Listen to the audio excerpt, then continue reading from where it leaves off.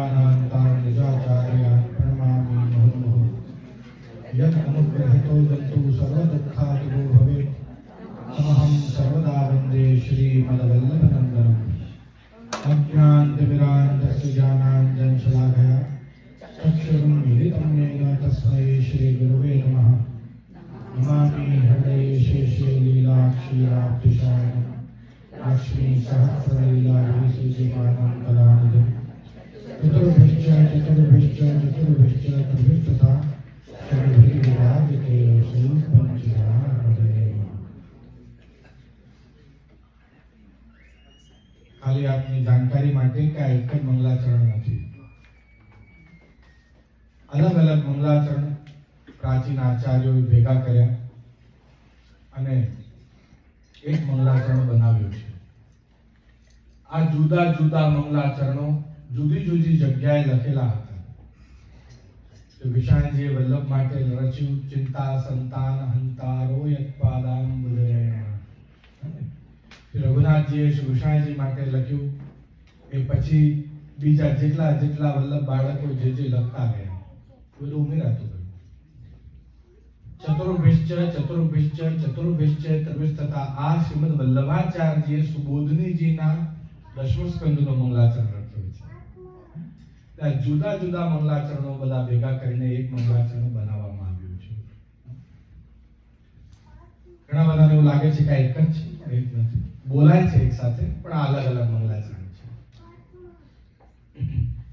ગઈકાલે આપણે શ્રીમદ વલ્લભાચાર્યજી દ્વારા રચિત ચતુશ્લોકી ગ્રંથનો પહેલો શ્લોક આપણે જાણ્યો. ધર્મ શું હોવું જોઈએ એ જાણ્યું. સાચો ધર્મ શેને કહેવાય એ પણ આપણે જાણ્યું.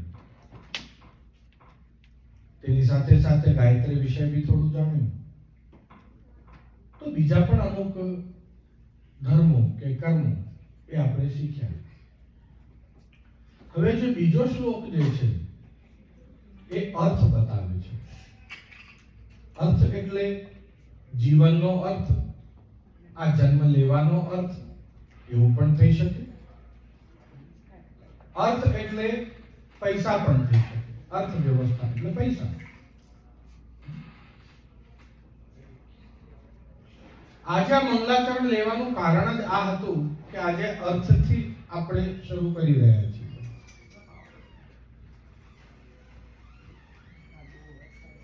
એક જગ્યાએ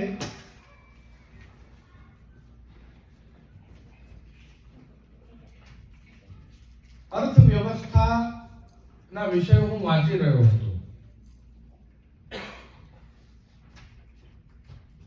કે દુઃખ એક જ છે કે પૈસા નથી. તો એના કારણે બીજા કેટલા બધા દુઃખો જીવનમાં આવી શકતા હોય છે, એની શક્યતા કેટલી?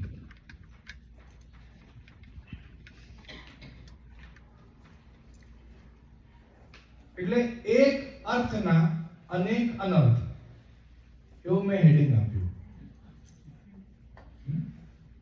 એક અર્થના અનેક અનર્થ. બિલકુલ એ જ વાતને અહીંયા મંગલાચરણની અંદર ચિંતા સંતાન હંતારો.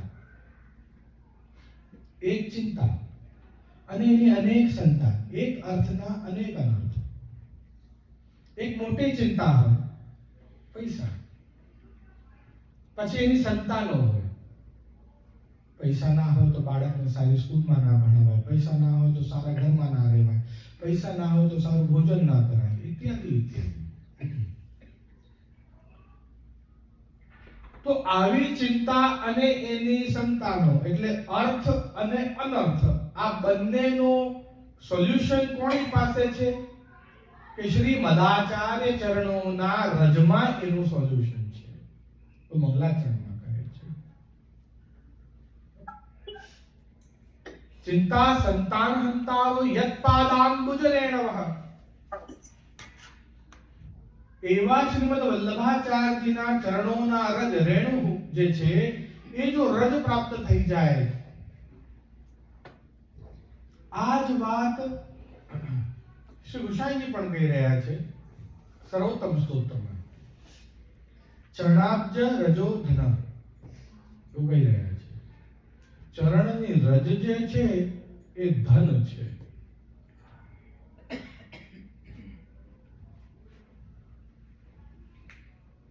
બહુ પ્રાચીન એક વલ્લભ બાળક, હું તો બહુ જ નાનો હતો જ્યારે એ લીલા પ્રવેશ કરી ગયા, પણ કોઈ પણ વૈષ્ણવના ત્યાં પધારતા તો કહેતા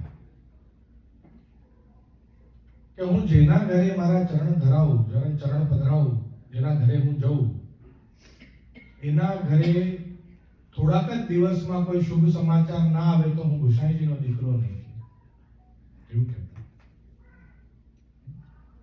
ગુસાઈજીનો દીકરો એટલે એમનો વંશજ નહીં કહેવાનો અર્થ. વલ્લભ કુળની ચરણ રજ જ્યાં બિરાજે એ જ ધન છે, સૌભાગ્યને આપનારી છે. એ દરેક વસ્તુની ઈચ્છાઓની પૂર્તિ કરનારી છે. જીવનનો અર્થ શું હોવો જોઈએ? જ્યારે આ દ્રષ્ટિકોણે આપણે જોઈએ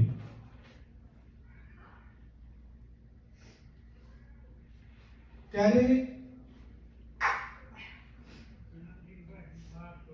જેમ આપણો દાસ ધર્મ બતાવ્યો પહેલા શ્લોકમાં, એવમ સદાસ્મ કર્તવ્યમ સ્વયમેવ કરિષ્યતિ પ્રભુ સર્વ સમર્થો તતો નિશ્ચિંતતા. બરાબર છે? દાસ ધર્મ બતાવ્યો. સર્વદા સર્વભાવેન ભજનીયો ભજા, સર્વભાવથી ભજો તમે એ વ્રજના અધિપતિને. ये स्वस्याय मेव धर्मो हि नान्य क्वापि कदाचन एवं सदास्म कर्तव्य, ये अर्थ बता दिया हमको. जीवन का अर्थ क्या है? कि हम उसका अंश हैं, इस बात को जान लें. ये अर्थ है. હવે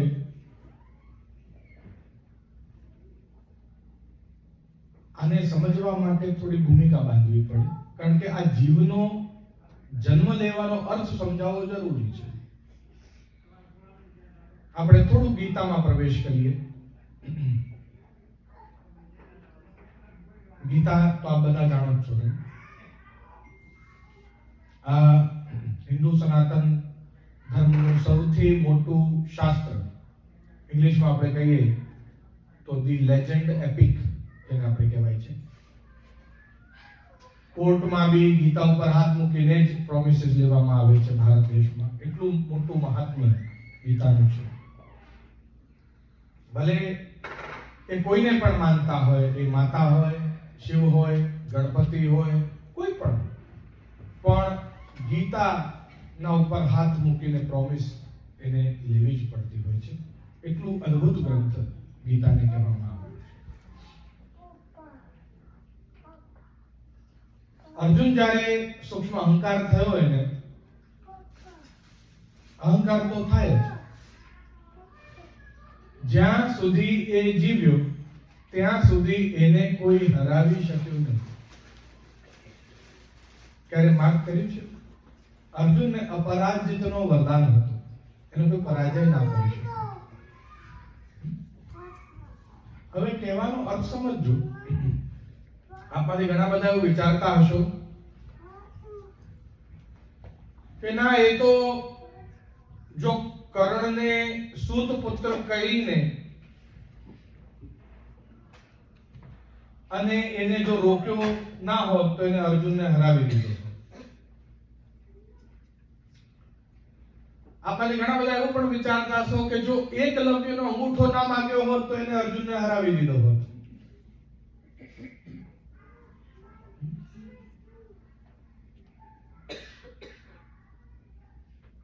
પણ એવું થયું તો નહીં.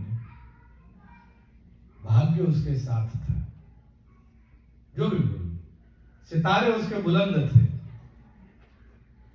वो अर्जुन है, ये बात निश्चित है.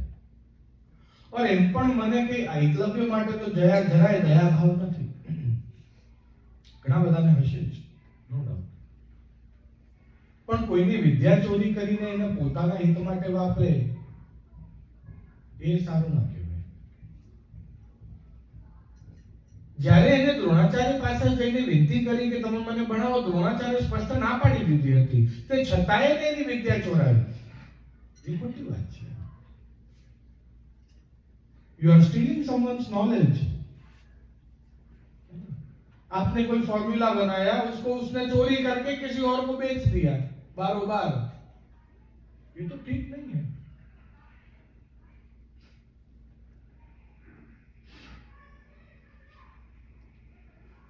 પણ અપરાજિત છે અર્જુન, એ વાત પાકી. એટલે થોડોક એને અહંકાર થયો કે છે કે આ બે સેનાઓની વચ્ચે, કૌરવો અને પાંડવો બંનેની વચ્ચે મારું રથ લઈ જઈને ઊભું કરો. અને ત્યાં જ્યારે બધાના મોઢા જોયા તો હથિયાર પણ છોડી દીધા, રથમાં બેસી ગયો અને રડવા લાગ્યો. વિષાદ થયો, ગર્વ બધો ઉતર્યો. મારી સામે મારા ભાઈઓ છે, મારા પક્ષમાં પણ ને સામેવાળા પક્ષમાં પણ. મારા પિતામહ છે, મારા બધા વડીલો છે, મારા ગુરુ છે, એમને હું ના માનું. હવે ભગવાન એને બોધ આપે છે કે તું કોઈને મારનારો કઈ બનતો જ નથી, કારણ કે કોઈ મરતું નથી, કોઈ જીવતું નથી. ये आत्मा ना तो जन्म लेती है ना मृत्यु को प्राप्त होती.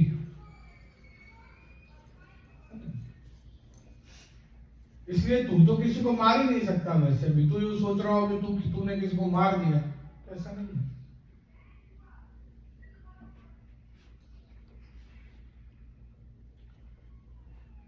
ભગવાન કહી રહ્યા છે કે ના તો આને તમે બાળી શકો, ના કાપી શકો, ના વીજવી શકો. એ આત્માને કઈ ફીલ થતું નથી. ત્યારે અર્જુન પૂછે છે તો પછી આ જે જીવ છે એ જ્યારે મૃત્યુને પ્રાપ્ત કરે છે ત્યારે ક્યાં જાય છે? કારણ કે જો નરકમાં જાય, उसको यमराज भी जला तो सकता नहीं है नरक की आग में, क्योंकि आत्मा तो जला ही नहीं सकते ना. और अगर यदि स्वर्ग में जाए तो ना ही अप्सराओं के साथ रमण कर सकता है, क्योंकि उसको सुख भी नहीं है, उसको तो कुछ भी नहीं. तो પછી આત્મા જે આપણે બધું કહીએ છીએ કે આને સ્વર્ગ મળે કે નરક મળે કે આ થાય કે તે બધું આપણે જે આ બધી વાતો કરીએ છીએ એ શું સાચી પણ છે કે વાસ્તવમાં શું સ્વર્ગ અને નર્ક છે પણ ખરા? એવો પ્રશ્ન જાગે. ભગવાન કહી રહ્યા છે બિલકુલ વાસ્તવમાં. કારણ કે આત્મા જે છે એ જ્યારે આ બધા લોકોમાં જાય છે ત્યારે એ લોકનું એને શરીર મળે છે. પછી એ શરીરનું દુઃખ અને જ્યારે પૃથ્વી પર આવે છે તો પૃથ્વીનું શરીર મળે છે. બિલકુલ એ જ પ્રમાણે જ્યારે બીજા કોઈ લોકમાં જાય છે તો બીજા કોઈ લોકનું શરીર મળે છે, અને એ પ્રમાણે ત્યારે એને એ શરીરને કષ્ટ આપવામાં આવે છે. इस लोक में आत्मा को कष्ट देने के लिए कोई प्रकार नहीं है, पर दूसरे लोक में तो है आत्मा को कष्ट देने के प्रकार, क्योंकि वो वहां का शरीर है. यहां पर वो मात्र हवा जैसा है.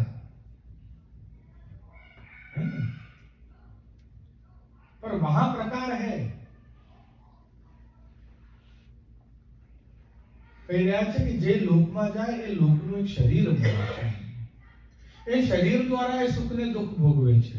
અને જ્યારે એના પાપ અને પુણ્ય બંને શૂન્ય થઈ જાય છે તો કોઈ પ્રકારનું શરીર મળતું નથી. ત્યારે આત્મા પરમાત્મામાં લીન થઈ જાય છે. ત્યારે ના તો એને સ્વર્ગ મળે છે ના નરક મળે છે, ત્યારે એને વૈકુંઠ મળે છે. એ મુક્તિને પ્રાપ્ત કરે છે. એ મારું અંશ છે. હવે આપણે પાછા શ્લોક ઉપર આવીએ. આત્મા મારું અંશ છે એવું ભગવાન સ્પષ્ટ કહી રહ્યા છે. હું અને આત્મા એક છે એવું નથી કહેતા ભગવાન.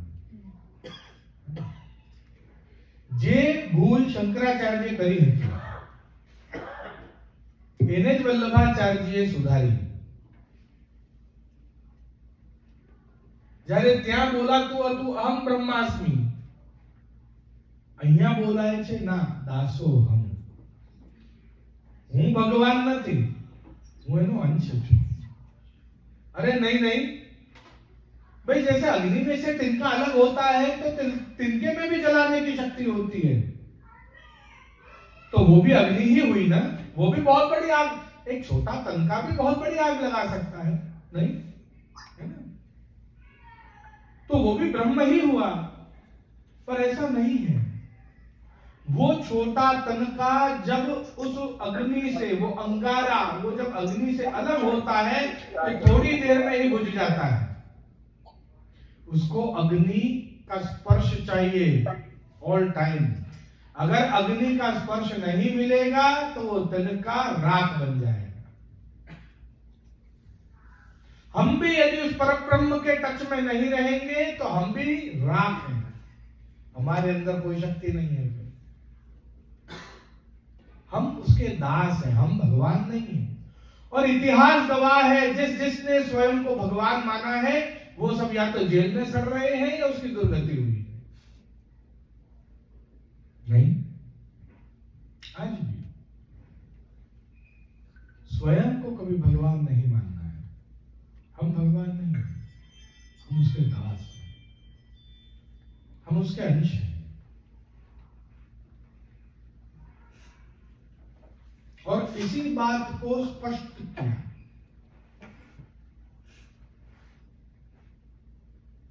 तो फिर पूछा अर्जुन ने कि यदि ये जीव ये कुछ भी नहीं करता, ना ही कुछ भोगता, ना ही उसको कोई अनुभूति होती, तो जो भी कर्म कुछ करते हैं वो शरीर करता है. अब जो शरीर है उसको छोड़ दिया आत्मा ने, अपने कर्मों के हिसाब से नया जन्म प्राप्त किया, नया शरीर प्राप्त किया. ये शरीर जिसने दुष्कर्म सत्कर्म जो कुछ भी किए थे वो शरीर छोड़ दिया, वो रह गया है. उसको जला दिया या उसको गाड़ दिया भूमि में या उसको पानी में तैरा दिया, जिस धर्म में जैसी प्रथा.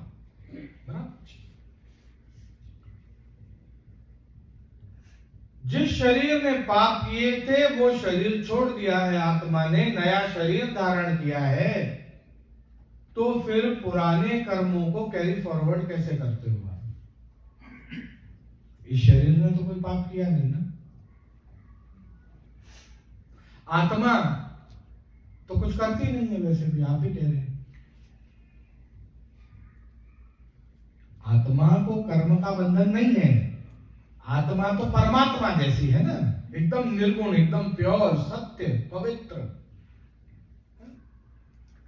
तो वो तो वैसे भी कुछ नहीं करती. कर्म तो ये शरीर कर रहे हैं. अब शरीर तो जल गया ना, तो अब नए से स्टार्ट करो ना. फिर वो कर्मों को कैरी फॉरवर्ड क्यों करते हैं प्रभु? वो कैसे होता है?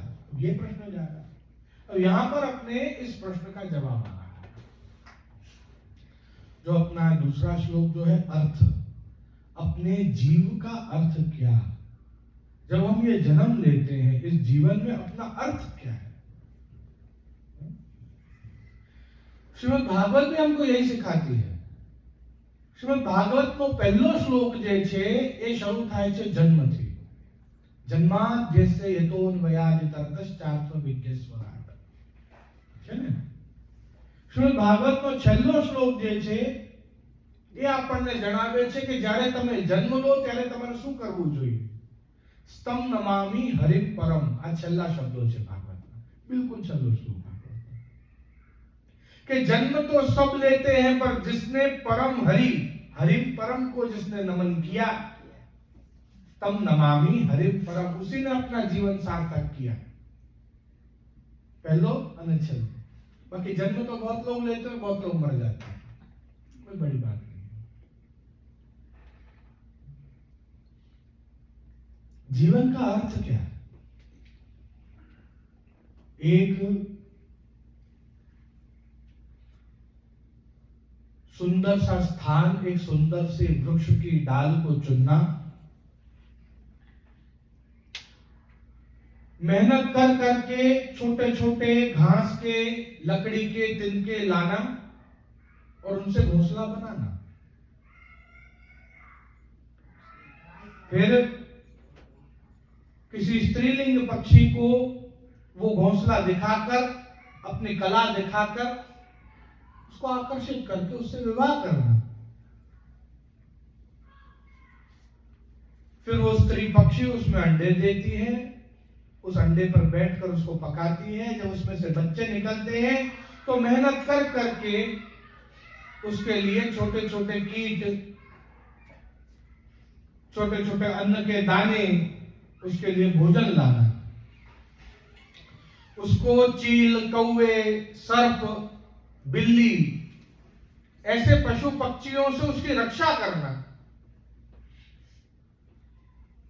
वो जब छोटे छोटे बच्चे थोड़े बड़े होने लगे तो अपने जैसे बोलना, अपने जैसे उड़ना सिखाना, मतलब पढ़ाई लिखाई सिखाना, और फिर उनको भी अपना घर परिवार बसाने के लिए उड़ा देना। ये तो पशु पक्षी भी करते हैं, तुमने मानव होकर कोई बड़ा काम नहीं किया है। If this is what you think that you have taken birth for, I believe you are wrong. 84 lakh योनियों में से एकमात्र मानव की योनि जो धर्म प्रधान, कर्म प्रधान योनि है, बाकी सब भोग प्रधान योनि है। तो क्या हम उनके जैसे जीने आए हैं?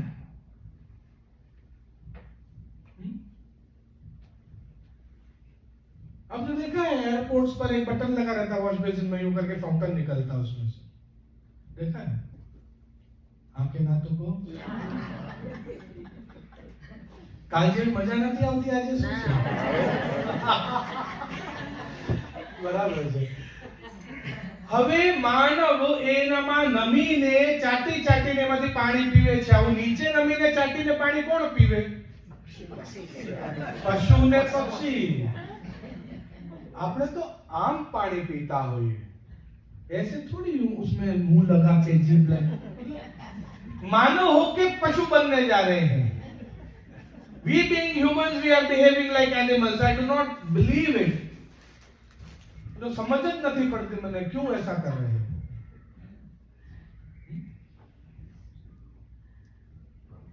हमको मानव बनाया प्रभु ने, तो मानव के जैसे जियो ना।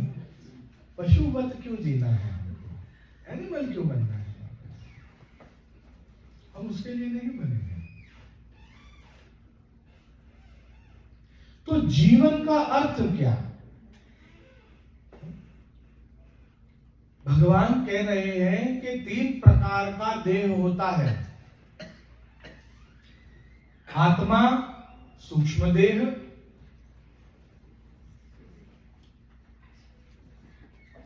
शरीर स्थूल देह,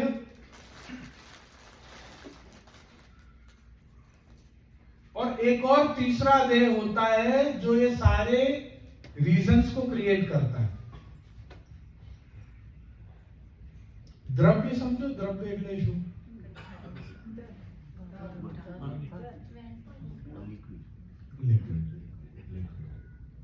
द्रव्य का एक्चुअल अर्थ होता है लिक्विड, या कोई पण एवी वस्तु जे द्रवित थाय। द्रवित એટલે फ्लो थाय, એને દ્રવ્ય કહેવાય। સિમ્પલ, એક સિમ્પલ શબ્દમાં જેના અંદર પવન પણ આવી ગયું, જેના અંદર પાણી પણ આવી ગયું, જેના અંદર ધન પણ આવી ગયું, एनीथिंग जो भी फ्लो होता है वो द्रव्य कहलाता है। इसकी एक और खासियत है, सिर्फ ये फ्लो नहीं होता है, इसकी एक और खासियत है, सारे द्रव्य के अंदर जितने भी द्रव्य हैं वो सारे द्रव्य के अंदर मेमोरी स्टोर करने की पावर होती है। सारे द्रव्य की मेमोरी होती है। પવન જ્યારે વાતો હોય તો જો એ પુષ્પોને અડીને આવે તો એ પવનમાં સુગંધની અનુભૂતિ આપણને થાય।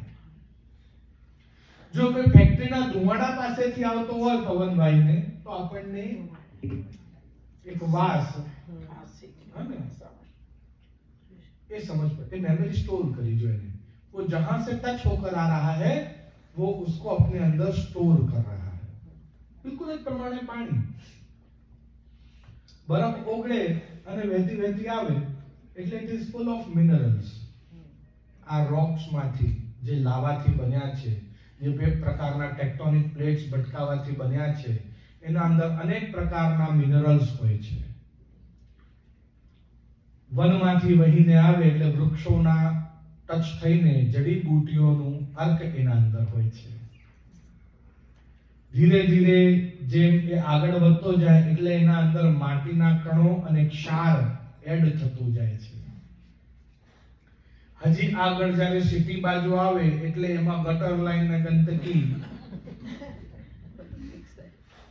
પછી એને જ્યારે પ્યોરિફાય કરવા માટે સરકાર ટેન્કમાં ભરે એટલે એના અંદર બધા પ્રકારના કેમિકલ અને પ્યોરિફિકેશનમાં યુઝ થનારા બધી પ્રોસેસ, એટલે એ કેમિકલ એની અંદર જે પાઇપલાઇન માંથી એ વહીને આપણા ઘર સુધી આવે છે, એ બધી જ પાઇપલાઇન જો આયર્નની હોય તો એના અંદર આયર્ન મળે, લીડ મળે, કોપર મળે. નથી મળતું હે? આપ પણ 4 થી 5 કલાક જો કોપરના ગ્લાસમાં પાણી રાખો તો એ ગ્લાસ કોપરથી ચાર્જ થઈ જાય છે. એટલે કોઈ પણ એવી વસ્તુ જે વહેતી છે, જે દ્રવિત છે, એના અંદર मेमोरी स्टोर કરવાનું પાવર છે. और जलभेद ग्रंथ में श्रीमद् वल्लभाचार्य जी यही बता रहे हैं. कल हमने जाना था जैसा अन्न वैसा मन. आज हमने जाना जेवू पाणी एवी वाणी.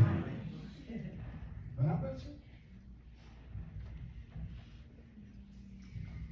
हम यदि पूरी दुनिया का छुआ हुआ पानी पिएंगे तो हमारे अंदर वाणी में भी ऐसा ही विचार आएगा. क्योंकि पाइपलाइन में सब, यहाँ तो ये पॉसिबल ही नहीं है, इसलिए ये सब बात तो भाई हमारा देह थी तो हमें पवित्र નથી, પણ મનથી અમે જે આપણે સમર્પીએ છે પ્રભુ, આપ અંગીકાર કરો એવી જ વિનંતી કરી શકો છો. બરાબર છે? પણ બિલકુલ એવું જ, બિલકુલ એ જ પ્રકારનું દ્રવિત વહેતી વસ્તુ આપણા શરીરમાં પણ છે, અને એ છે મન. અને મન પણ મેમરી સ્ટોર કરે છે, નથી કરતું? રાઈટ? આ ત્રીજો દેહ છે. આત્મા સૂક્ષ્મ દેહ, શરીર સ્થૂલ દેહ, मन कारण देह. आत्मा जैसे ही शरीर को छोड़कर निकलती है, मन उसके साथ निकलता है सारे कर्मों की मेमोरीज को स्टोर करके, क्योंकि वो भी चलायमान है ना, वो भी द्रवित है, मन भी, तो वो भी जा सकता है एक जगह से दूसरी जगह. यहां बैठे बैठे आप लंदन अमेरिका घूम कर आ सकते हो पूरा, है ना, यही बैठे बैठे. And it is even faster than the speed of light.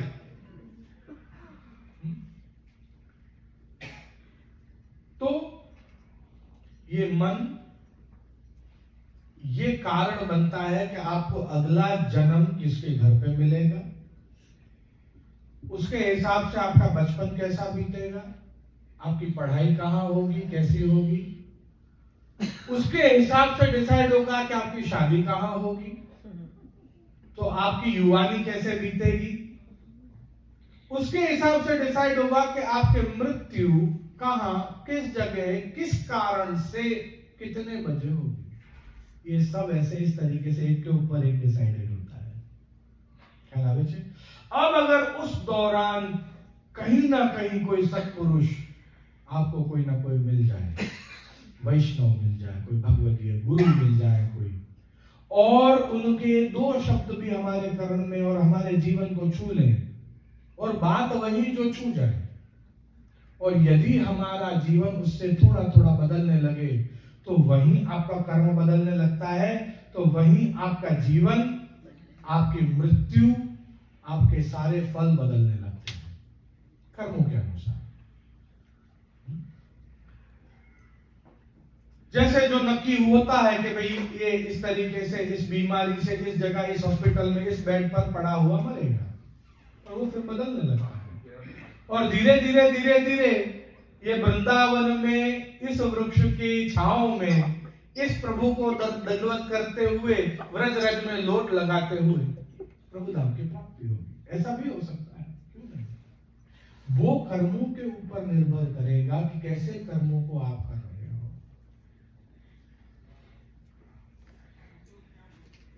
तो ये जीवन जीने का या जीवन को प्राप्त करने का अर्थ क्या? प्रश्न एक છે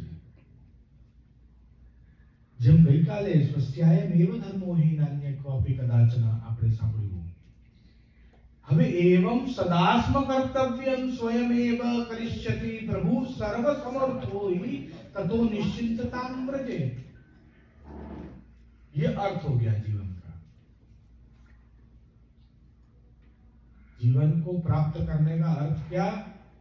कि दोबारा उसको पा लेना, सर्व समर्पण कर देना उसको, सब कुछ उस प्रभु से मिल जाए, जुड़ जाए, एक साथ हो जाए, यही जीवन का अर्थ। पर ये समझ में कैसे आवे हमको? आज बात ने कंटिन्यू करता अर्जुन प्रश्न करे छे,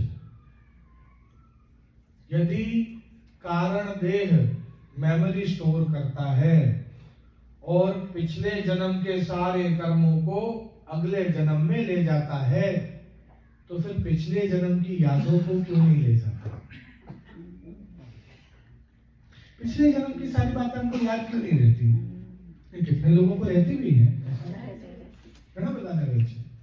तो ऐसा क्यों कि कितने लोगों को रहती है और हमको नहीं है?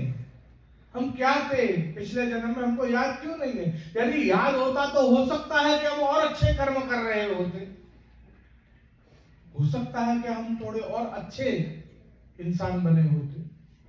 तो ऐसा क्यों नहीं? प्रभु ऐसा क्यों सारी यादों को क्यों भुला देते? भगवान कही રહ્યા છે કે આ જે શરીર જે છે એને, જો કોઈ પણ વસ્તુ, એક વીટી હોય, આપણા કોઈ ગોર મહારાજે કહ્યું હોય કે તારી માટે ભાઈ ગુરુ બહુ સારું છે, એ તું પોખરા જ પહેર, એટલે આપણે પહેલી વીટીમાં પીળા રંગનો, પહેલી આંગળીમાં પીળા રંગનો નખ પોખરા પહેરી લેતા હોઈએ। પછી તો કાઢવાનું નહીં, તારા માટે બહુ લકી છે, એટલે આપણે એટલું બધું લકી એને માની લઈએ કે નાવા જઈએ તોય ના કાઢીએ, ખાવા બેસીએ તોય ના કાઢીએ, સૂઈ જઈએ તોય ના કાઢીએ, એટલે પછી આપણે એને આપણી જીવન સાથે આત્મસાત કરી લઈએ છીએ। कुछ टाइम के बाद आपको पता ही नहीं चलेगा कि वो आपके शरीर पर है भी, है ना, आपने एनी टेव पड़ी जाए छे, आप उसको अपना ही एक भाग समझने लगते हो, जैसे आप शरीर को समझने लगते हो।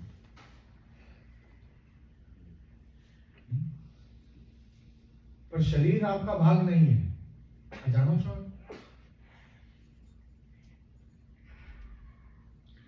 પોતાના હાથને જોઈને આપ શું બોલો? મારું હાથ, એવું બોલો કે નહીં? મારા પગ, મારા કાન, મારી નાક, મારી આંખ, મારું મોઢું, મારું શરીર, હું શરીર, એવું બોલો છો? नहीं? क्यों नहीं? आप नहीं आ शरीर? केम नहीं? એવું કેમ આપણા વડીલો આપણને ના શીખવાડ્યું? હું શરીર દુખે છે, ના મારું શરીર દુખે છે, એવું બોલીએ છીએ। હું શરીર એવું કેમ નથી બોલતા?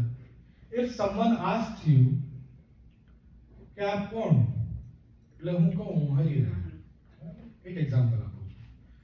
ફરી કહે આપ કોણ, એટલે હું કહું કે શ્રી ગોપાલલાલજીનો પુત્ર, પછી પૂછે આપ કોણ, સપ્તમ ગ્રહનો બાળક, આપ કોણ, તો કહે કે ફિલોસોફર, આપ કોણ, તો સોફ્ટવેર એન્જિનિયર, આપ કોણ, કે આનો પતિ, આપ કોણ, તો આનો પિતા, આપ કોણ, એવું આપણે અહીંયા જે વસ્તુ પ્રાપ્ત કરી છે આ ભૂતલ ઉપર એનું ઇન્ટ્રોડક્શન આપીએ છીએ। આપણું ઇન્ટ્રોડક્શન આપણે આપતા જ નથી, કારણ કે આપણને ખબર જ નથી। जितनी भी अचीवमेंट्स और उपलब्धियां हमने यहाँ प्राप्त की हैं, हम बस उन्हीं का इंट्रोडक्शन, वो पत्नी भी यहाँ मिली है, नाम भी यहाँ मिला, ये शरीर भी हमको यहीं पर मिला है और हम उसी का इंट्रोडक्शन देते हैं, ये मैं। पर भी बोलते ऐसे नहीं है, भले ही वो इंग्लिश हो तो भी मी बॉडी नहीं बोलते हो, माय बॉडी बोलते हो। भले ही वो हिंदी हो, भले ही वो गुजराती हो, कोई भी लैंग्वेज हो, आप बॉडी को खुद से अलग गिनते हो। Body is not me, it is my body. Then who is me? मैं कौन हूं जिसकी बॉडी है? आप समझ लो what I am trying to say. आपने शरीर को अपने से पर गिना है, समझना मेरी बात को। जैसे मेरा पिलो, मतलब ये पिलो मुझसे अलग है। मेरी माला, मतलब ये माला मुझसे अलग है, मैं माला नहीं हूं, है ना। मेरे कपड़े, मतलब ये कपड़े मुझसे अलग हैं, मैं कपड़ा नहीं हूं। ऐसे मेरा शरीर, मतलब ये शरीर मुझसे अलग है, मैं शरीर नहीं हूं। ભગવાને કહ્યું કે જે દિવસે તું એવું સમજી જઈશ કે તારી આત્મા, તારું શરીર અલગ છે, એ જ દિવસે તને તારા જીવનનો અર્થ સમજાઈ જશે। That is the day you will come to know કે તું કોણ છે, હું કોણ છું। क्योंकि जब अलग होगा तब तू उसको कनेक्ट करने की कोशिश करेगा। जहां तू कनेक्ट करेगा वहीं तेरे जितने भी जन्म हैं वो सब याद आने लगेंगे, क्योंकि अब तू उनको कनेक्ट कर पा रहा है। और जैसे ही वो सारे कनेक्ट हो जाएंगे एक दूसरे में, तो तुझको स्वस्वरूप ज्ञान हो जाएगा।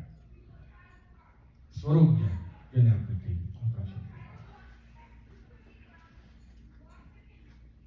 यहां पुष्टि मार्ग में ये भगवत सेवा, भगवत नाम, इन दो चीजों से ये सिद्धि प्राप्त होती है। मर्यादा मार्ग में योग क्रिया के द्वारा हमें ये सिद्धि प्राप्त होती है। ज्ञान मार्ग, ज्ञान એને જ કહેવાય।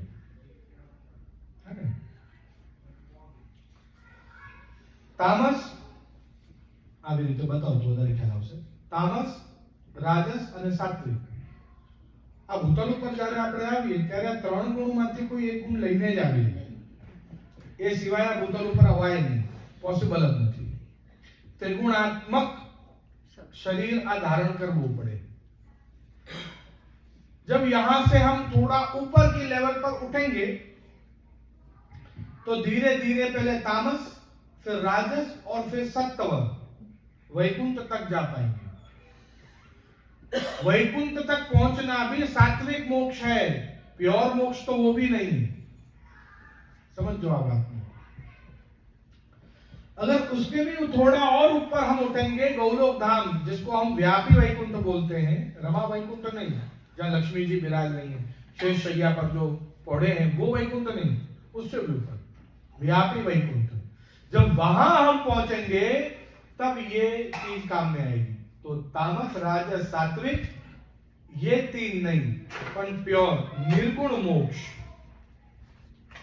है ना। तो ये जो आत्मा है, इसको भगवान से, ये जो अंगूठा है वो भगवान है, तो जो आत्मा है उसको भगवान से मिलाना है, ये ज्ञान मुद्रा है ना। असली ज्ञान यही है कि आत्मा को परमात्मा से मिला देना।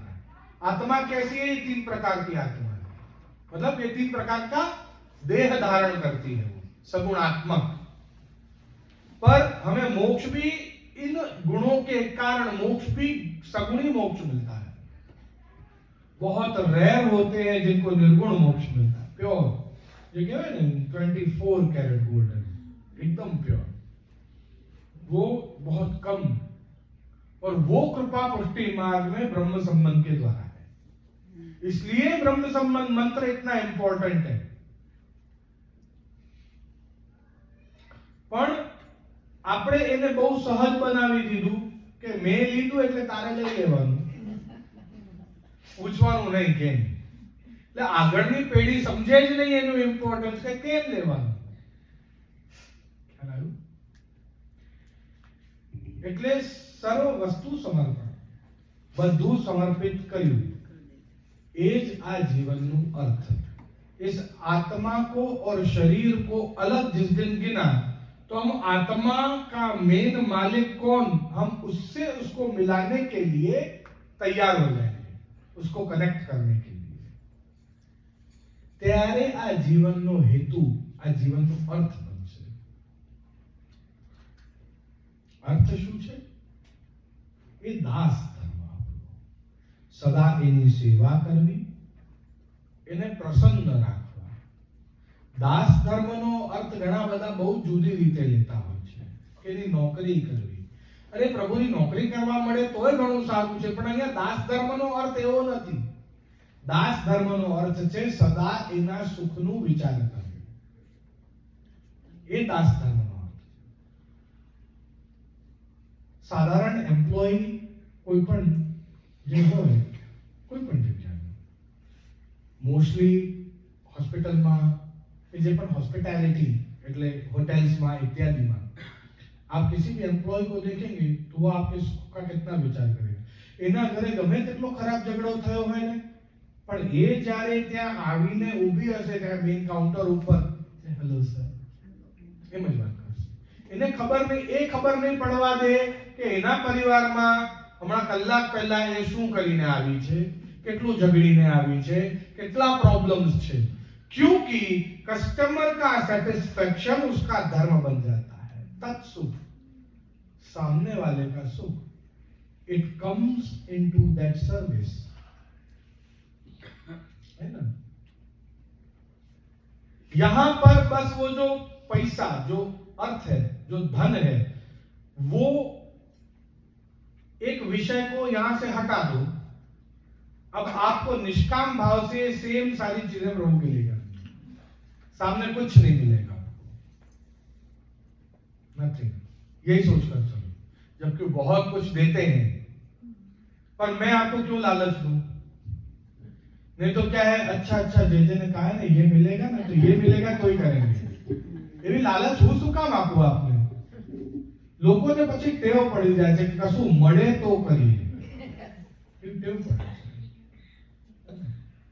ઘણા બધા કહેતા હોય છે મને કે જે આ પુષ્ટિ માર્ગમાં આવો નિયમ કેમ કે જ્યારે કોઈ પ્રભુધામ થાય ત્યારે જ ભગવાનની દર્શન નહીં કરવાનું, મંદિરે નહીં જવાનું, સેવા નહીં કરવાની, પાઠ નહીં કરવાના, ભગવાનનું સત્સંગ નહીં કરવાનું, નામ ત્યારે જ સૌથી વધારે જરૂર હોય ભગવાનના નામ લેવાની, અને ત્યારે જ આપ ના પાડી દેતા હો છો કે આ બી નહીં અડકવાનું, આ બી નહીં કરવાનું. કેટલું બધું દુઃખ હોય પરિવારમાં, એક ભગવાનનો નામનો સહારો હોય ને ત્યારે જ આપ એમ કહી દો કે ભગવાનની સેવા નહીં કરવાની. કારણ કે પુષ્ટિ માર્ગ એવું નથી ઈચ્છતું કે તમે માત્ર દુઃખમાં જ સેવા કરો.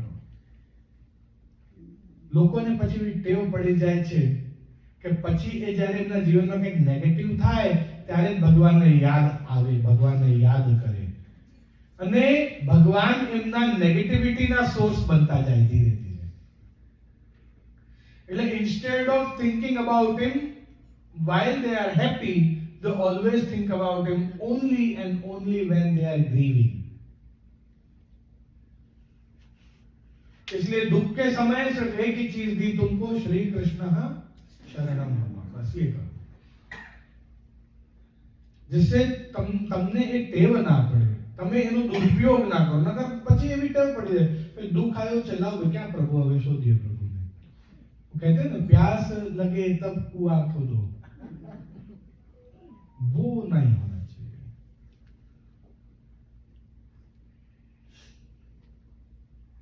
कोई મને એમ જ પૂછ્યું હતું, આ 4 શ્લોક જે છે ને, ધર્મ, અર્થ, કામ, મોક્ષ, આપણે અર્થ ઉપર આવ્યા છીએ અત્યારે. કોઈ મને એમ જ પૂછ્યું કે જે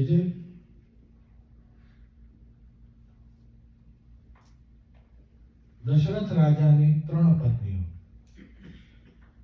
કૌશલ્યા, કૈકેયી અને સુમિત્રા.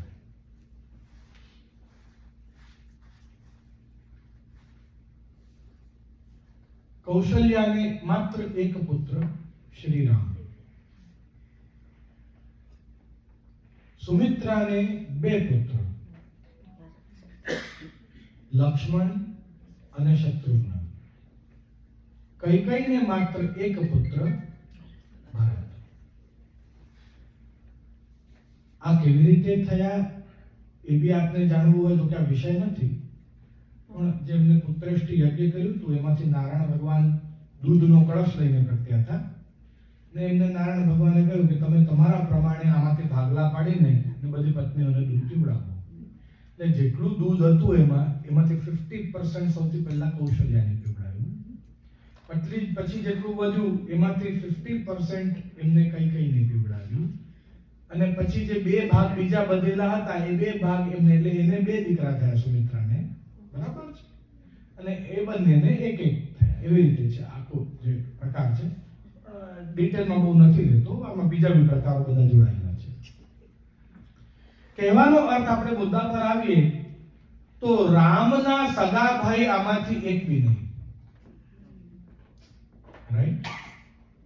ખ્યાલ આવે છે શું કહેવા માંગુ છું? ઓકે.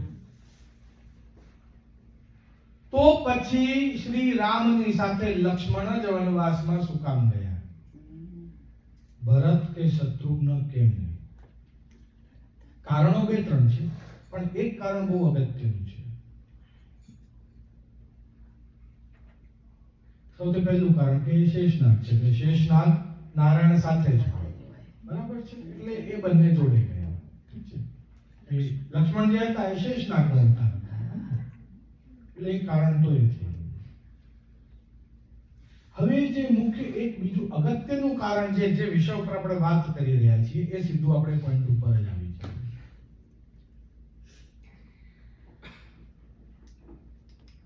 જે પહેલો પુરુષાર્થ છે ધર્મ, એ છે ભરત. એને પોતાના ધર્મનું પાલન કર્યું. ભલે માએ એની માટે સિંહાસન માંગીને લીધું હોય, પણ એ સિંહાસન પર બેસ્યા નહીં. શ્રી રામજીના પાદુકા એ સિંહાસન પર પધરાવી રાખ્યા, અને સિંહાસનની નીચે જે ચોકી આવે એ ચોકી પર બેસીને આખા રાષ્ટ્રનું રાજ્ય કરતા, કે જે પણ નિર્દેશ કરતા, કે જે પણ એમને અનુકૂળ આવતું એ સિંહાસનની નીચે ત્યાં ચોકી ઉપર બેસીને ત્યાં કરતા. ધર્મનું પાલન કર્યું.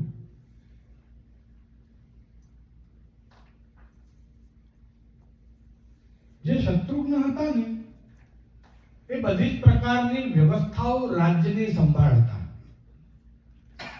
કોઈને પણ કષ્ટ હોય, દુઃખ હોય, એટલે એ અર્થ હતા. એટલે અર્થ ક્યાં લાગવું જોઈએ? કે ધર્મમાં લાગવું જોઈએ. એટલે અર્થ અને ધર્મ જોડે રહે. આપણે અર્થ ક્યાં લગાડીએ છીએ? મોજ મસ્તીમાં. पर अर्थ वास्तव में धर्म में लगना चाहिए, इसलिए अर्थ और धर्म साथ में रहे. આપણે अर्थ અને કામને જોડે રાખીએ છીએ. जो कोई भी हमारी कामना है वो उस अर्थ से पूरी होगी, पर ऐसा नहीं है. कामना हमेशा मोक्ष की होनी चाहिए, इसलिए लक्ष्मण मोक्ष के साथ, राम के साथ गए. ख्याल आया? ये ऐसे है. कामना सदा मोक्ष की रखो और अर्थ को धर्म में लगाओ, तो પછી જીવન કેમ ચાલે એવો પ્રશ્ન જાગ્યો. અને બધા પૈસા જો ધર્મમાં લગાડી દઈએ તો બાળકોને શું, આપણું શું, બે સમાના રોટલા કેમ?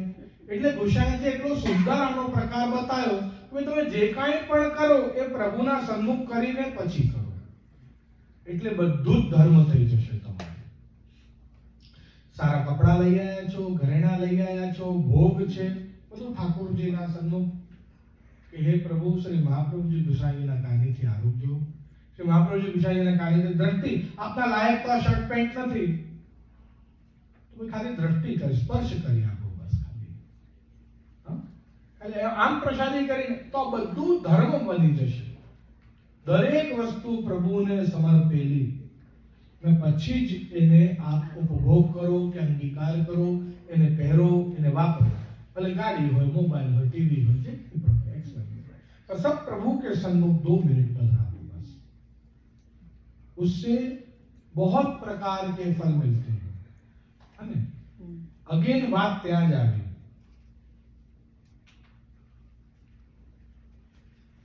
કે દાસ ધર્મનું પાલન કરવું અને સર્વ વસ્તુ પ્રભુને સમર્પિત કરવું, है ना? तो जीवन का अर्थ क्या है?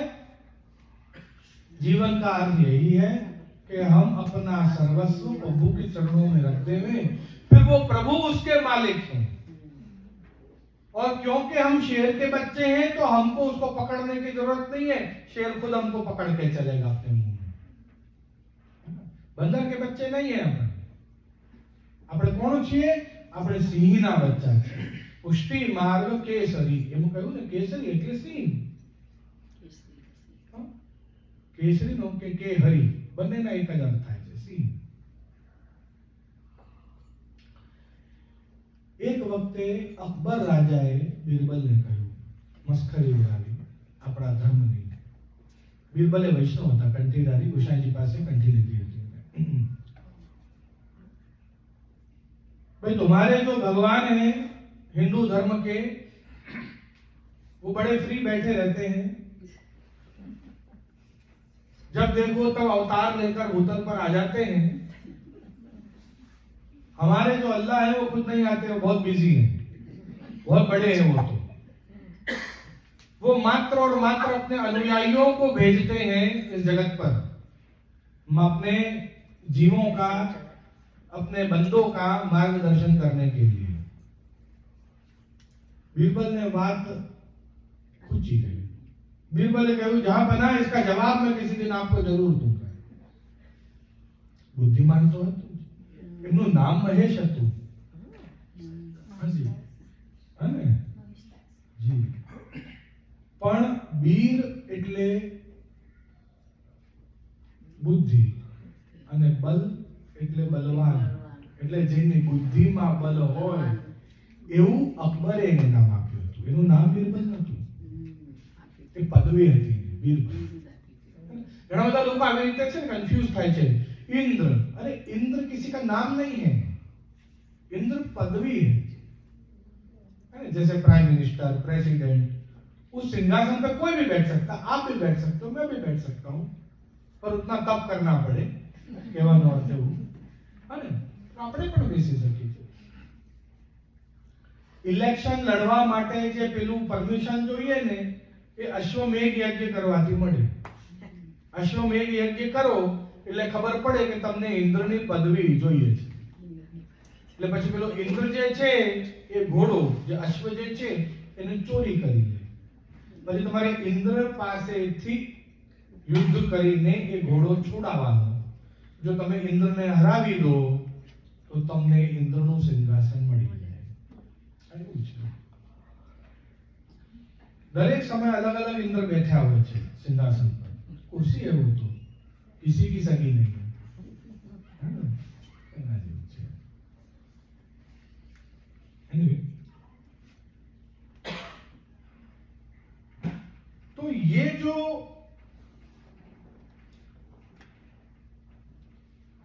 जवाब देने की जब बारी आई बीरबल की, एक દિવસે નૌકા વિહાર કરવા માટે યમુનાજી આગ્રાથી મથુરા તરફ નાવમાં, એમની આખી જે રાજ્ય જે છે, કારણ કે દિલ્હીમાં પણ યમુનાજી છે, પછી આગ્રામાં છે, મથુરા સુધી આવે છે, એટલે એમનું રાજ્ય જ્યાં જ્યાં છે ત્યાં બધે નાવમાં, મોટી નાવ હતી, એમાં બધે જોઈ રહ્યા છે ચારે બાજુ કેવું ચાલે છે. ત્યાં એક ડમીને સલીમના કપડા પહેરાવ્યા. એક પુતળું હોય ને, એને સલીમ એટલે અકબરનો દીકરો, અને બીરબલ એને પાણીમાં ફેંકી દીધો. અરે અરે સલીમ ડૂબ રહે હે, સલીમ ડૂબ રહે હે. એટલે અકબર સીધા સાંભળતા જ જોયું સલીમના કપડા છે એટલે જાતે જ કૂદી ગયા પાણીમાં. કે તમે બધા મૂર્ખાઓ બોલી રહ્યા છો સલીમ ડૂબ રહે, ભાન નથી કોઈને? આમ કહીને પોતે ડૂબી ગયા કે તો अंदर कूद के तुम बचा नहीं सकते उसको, बोल रहे हो सलीम डूब रहे, कोई कूद नहीं रहा अंदर. એને બચાવ્યો તો ખબર પડી કે ત્યાં તો સલીમ નથી. સલીમ મોટી નાવડી હતી એટલે ખૂણામાં એક જગ્યાએ સંતાડી દીધા હતા સલીમને. સલીમને બહાર કાઢ્યા નાવડીમાંથી. કે અરે ये तो यहाँ है बीरबल, तुमको मैं मृत्यु दंड दूंगा ऐसा मजाक करने के लिए. नहीं नहीं, आपने मुझसे एक समय एक बात कही थी कि हमारे भगवान जो है वो बहुत छोटे हैं, फ्री बैठे रहते हैं, बार बार जो है भूतल पर अवतार लेकर आते रहते हैं. ये उसका जवाब दे रहा हूं. अभी यदि मैं गिर गया होता ना पानी में तो आप सैनिकों को कहते कि जाओ भाई बीरबल को बचा लो. पर आपका खुद का बेटा डूब रहा था इसलिए आप खूब कूदे उस पानी में. बिल्कुल ऐसे ही आपके अल्लाह के आप बच्चे नहीं हो इसलिए वो अनुयायियों को भेजते हैं. पर हमारे भगवान के हम अंश हैं, हम उसके बच्चे हैं, तो हमारी रक्षा करने के लिए वो खुद आता है. वो अपने अनुयायियों को नहीं भेजता है, वो खुद अवतार लेता है अलग अलग रूप में, है ना. वो स्वयं अवतरित होता है, कभी किसी ब्राह्मण के रूप में, तो कभी हाथ में अस्त्र लेकर परशुराम, तो कभी राम, तो कभी कृष्ण, कभी वल्लभ. ऐसे अलग अलग रूप में वो खुद अवतार लेता है भूतल पर, क्योंकि हम उसके अंश हैं. અને આપણે છીએ ને એટલે સિંહના બચ્ચા છીએ, માટે જ પીળું બોલીએ છીએ. પુષ્ટિ નાદ કેસરી, માટે મને કિડ્સ કહેવાનું નથી ગમતું, કબ્ઝ કહેવાનું ગમે છે. क्योंकि बकरी के बच्चे को किड्स कहा जाता है, शेर के बच्चे को तो कब्ज कहते हैं. तो આપણે પણ હવે એવું જ કહેવાનું. इनको नया सिखाओ अंग्रेजों को कुछ. स्कूल जाओ ना, they're not my kids, they're my cubs. પછી જો ટીચરનો રિએક્શન બહુ મજા આવશે. Beware of them. એટલે આ એવું છે. एवं सदास्म कर्तव्यम नान्य क्वापि कदाचन.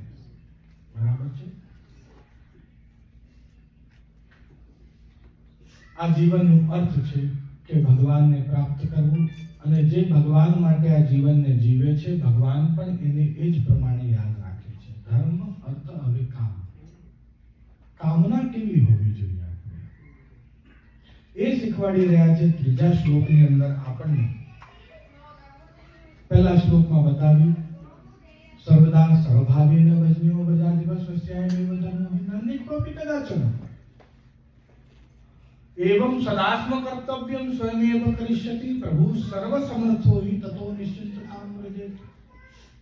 આ બે શ્લોકમાં હવે यदि श्री गोकुलाधीशो ततः सर्वात्मना हृदि ततः किं परं ब्रूहि लौकिकैर्वैदिकैरपि. कामना क्या है? हमारा जो कुछ भी है वो सब प्रभु का हो जाए और प्रभु हमारा हो जाए. ये हमारी कामना है. क्या काम है? कामना एक ही है कि प्रभु हमारा हो जाए. प्रभु से कुछ नहीं चाहिए, प्रभु ही चाहिए. हम क्या मांग रहे हैं? પેલું બાળક હોય એ રડવા લાગે, માં રસોડામાં કામ કરતી હોય એટલે આવે ને એને દૂધ પીવડાવી દે એટલે બાળક ચૂપ થઈ જાય.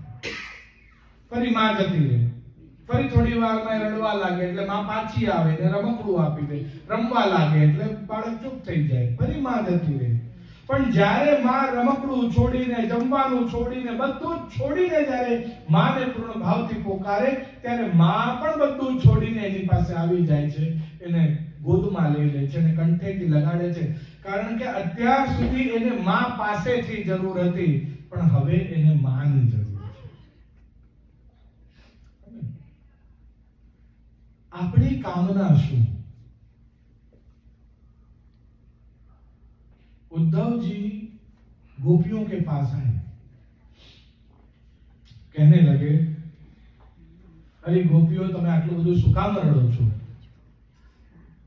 કેમ જીવન તમારું આમ વ્યર્થ કરો છો? આ દુઃખમાંથી બહાર નીકળો.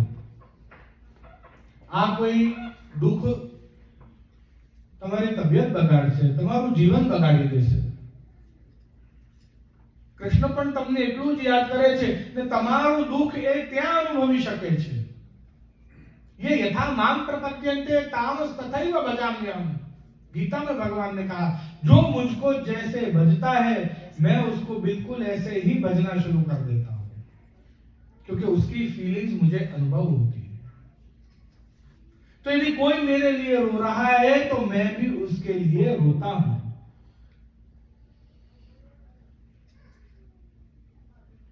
માટે તમે હવે રડવાનું બંધ કરો. તમને ગમશે ભગવાનને દુઃખ થાય તો? ગોપીઓએ કહ્યું, ઉદ્ધવજી, આ છે ને, આ રડી રહી હતી, એટલે મેં એને એક દિવસે, એટલે ત્યાં કોઈ છે ને, એમ જ કહું છું. ગોપીઓએ એમ કહ્યું કે આ ગોપી રડી રહી હતી ને મેં એને કહ્યું કે તું હવે રડવાનું બંધ કર. તો પેલી મને શું જવાબ આપે છે ખબર છે? કે રડતી નથી, નેત્રોને ભીંજવી રાખું છું જેથી નરમ રહે. પાણી નહીં હોય તો સુકાઈ જશે, તો પ્રભુ એમાં નહીં બિરાજે, જતા રહેશે.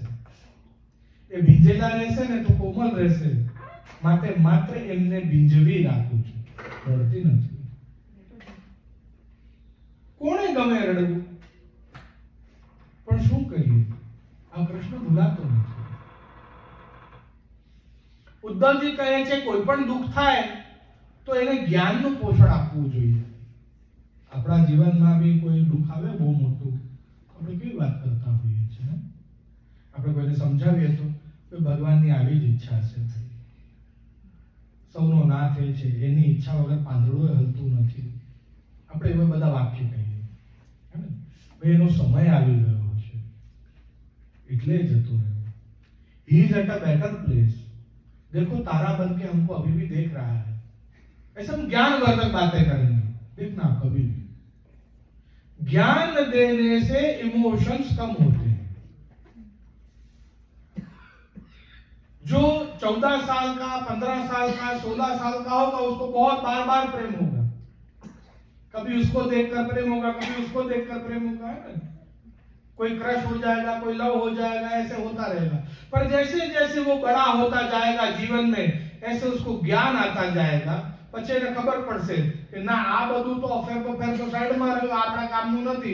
હવે આપણા ફ્યુચરને સિક્યોર કરે એવો છોકરો જોઈએ. સારું ભણેલું હોય, સારા સંસ્કાર હોય એવો છોકરો જોઈએ, એવી છોકરી જોઈએ. પછી હજી આપણે મોટા થઈએ તો પછી વિચારવા લાગીએ કે ના ના, પરિવાર બી સારું જોઈએ, કારણ કે લગ્ન કરીએ ત્યારે બે જણા વચ્ચે નહીં, બે પરિવાર વચ્ચે સંબંધ થતા હોય છે. એટલે માત્ર એક કે બે જણા નહીં, પણ બીજા ઘણા બધા જણા જે એની સાથે સંકળાયેલા છે, એના વિચારો, એની ટેવો, એના ભવિષ્યના પ્લાન્સ. એટલે જેમ જેમ આપણે મોટા થતા જઈએ કે આપણને અનુભવ થતો જાય, અને જેમ જેમ આપણને અનુભવ થતો જાય, આપણે આપણો એક્સપિરિયન્સ, આપણો અનુભવ આપણે આપણા જીવનના નિર્ણયોમાં ઉમેરતા જઈએ. એટલે જ્યારે આપ 40-45 ની એજ ના થાવ ત્યારે આપને લગ્ન કરવામાં મોડું થાય, એનું કારણ એજ તો છે જ, ઉંમર તો છે જ, પણ મોટું કારણ છે બીકોઝ યુ બીકમ પિકી એન્ડ ચૂઝી. है ना? आप बहुत चूजी हो जाओगे, नहीं ये नहीं चलेगा, वो नहीं चलेगा, वो चलेगा क्या फिर, है ना? क्योंकि हमको ज्ञान इतना हो गया है कि उस ज्ञान के कारण हम इतना चूजी हो गए, हम इतना पिकी हो गए हैं. हमने एक क्राइटेरिया बना लिया, ये तो होना ही चाहिए. આ બિલકુલ એના જેવું છે. એટલે જેટલું જ્ઞાન વધે ને એટલું इमोशंस घटे. आदमी इतना रूखा होता जाता है, वो स्थिर होता जाता है, ऐसा भी कह सकते हो. रूखा भी बोल सकते हो, स्टेबल भी बोल सकते हो, दोनों शब्दों से उसका उपयोग हम कर सकते हैं। એટલે કહે છે કે તમે છે ને જઈને તપ કરો વનમાં, જ્ઞાન જ્ઞાન માર્ગમાં જ્ઞાન વધે, તમે માળા લઈ લો તુલસીની, એના ઉપર જપ કરો ભગવાનનું, એટલે મન તમારું શાંત થાય। તમે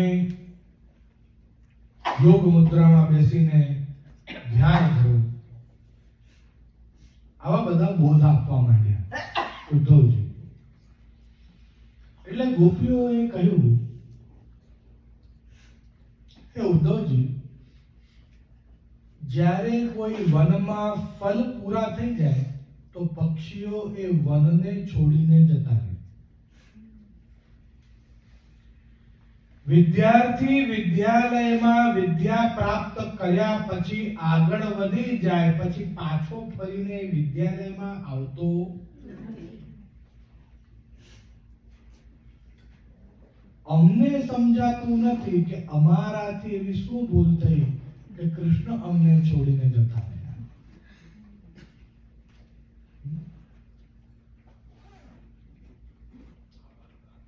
આપ કહો છો કે તપ કરો, તો એના તાપમાં તપી રહ્યા છીએ, એનાથી મોટું તપ શું હોય?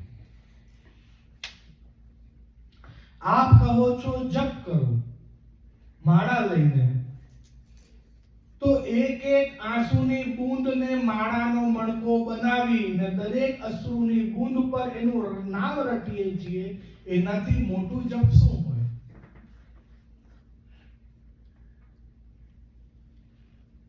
અમને આ બધાની જરૂર નથી।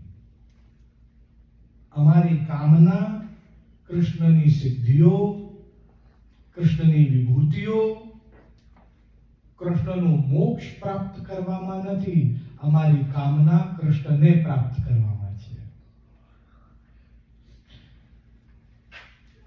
ભલે ને કૃષ્ણ કોઈનો પણ થઈ જાય, પણ જેમ અમે એનું નામ લેતા લેતા અહીંયા તરસી રહ્યા છીએ, એમ એ કૃષ્ણ પણ ત્યાં રાધાનું નામ લેતા લેતા તરસી રહ્યો છે, અમે જાણીએ છીએ। એ જ અમને જોઈએ છે।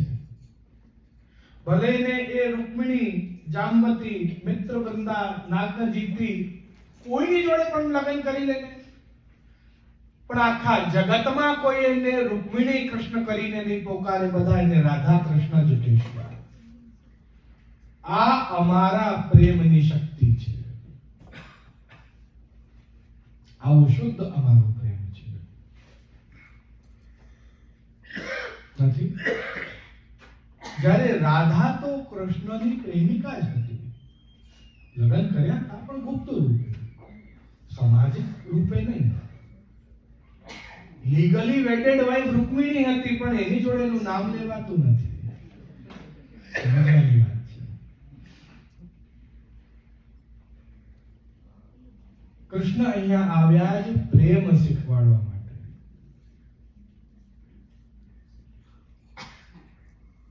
આટલું રિસ્પેક્ટ એક ગર્લફ્રેન્ડને કોણ આપે આ સમાજમાં?